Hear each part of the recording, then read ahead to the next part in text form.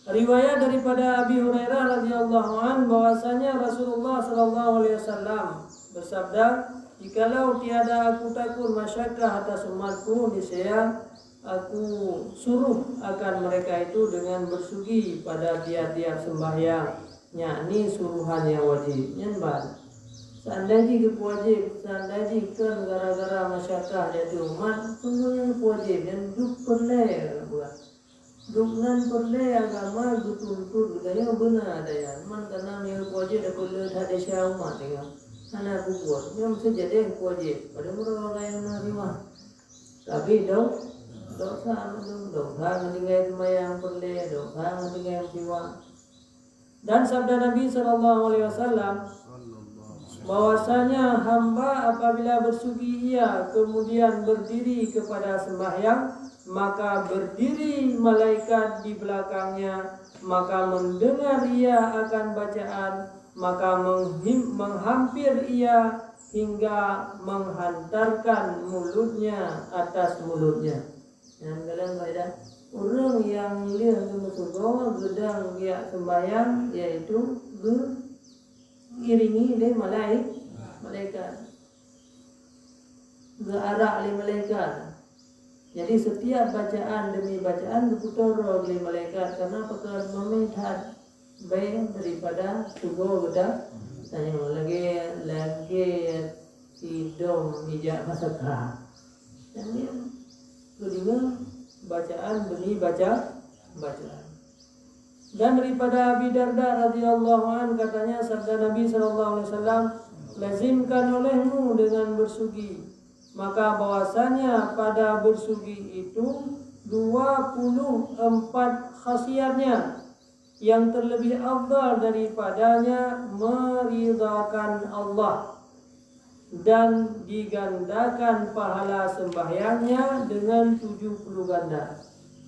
Di antara fadilah 20 perboh fadilah. Fadilah mengko 20 perboh. Di antara fadilah 20 perboh yang paling istimewa ridha Allah Ta'ala kita. Ini yang dengar cari.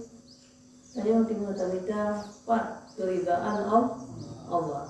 Lumpuh yang daripada orang-orang malamnya nanti ridha Allah Ta'ala. Kalau cerita Imam Al-Ghazali sekarang kita puluhan macam kita seluruh disiplin ilmu.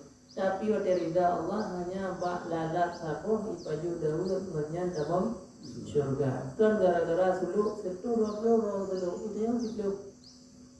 Itu dipluk roh. Nah yang sama dengan 2 roh kah ini. Tapi Imam Ghazali keseluk setu 20 roh. Tapi dah mau surga gara-gara lalat. Itu yang nanti kadang suluk si beliau. Tidak mau surga gara-gara musuh. Tempat ridha Allah.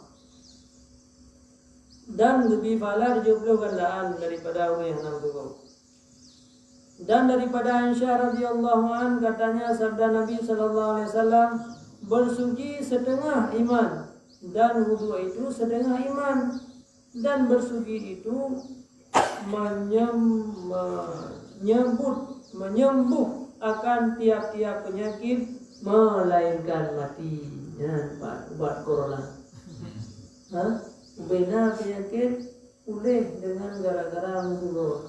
Maka di tiap hari kiraan ini yang lagi jadi ubat sendiri. Yang dugonya pergi lagi tanya sampai jib ubat. Jadi bina penyakit macam nggak ada. Cuma itu keberadaan terus yang dugo sendiri karena ini. Kecuali yang sakit mati. Dan makruh bersugi kemudian daripada gelincir matahari bagi orang yang puasa. Ini lanjut.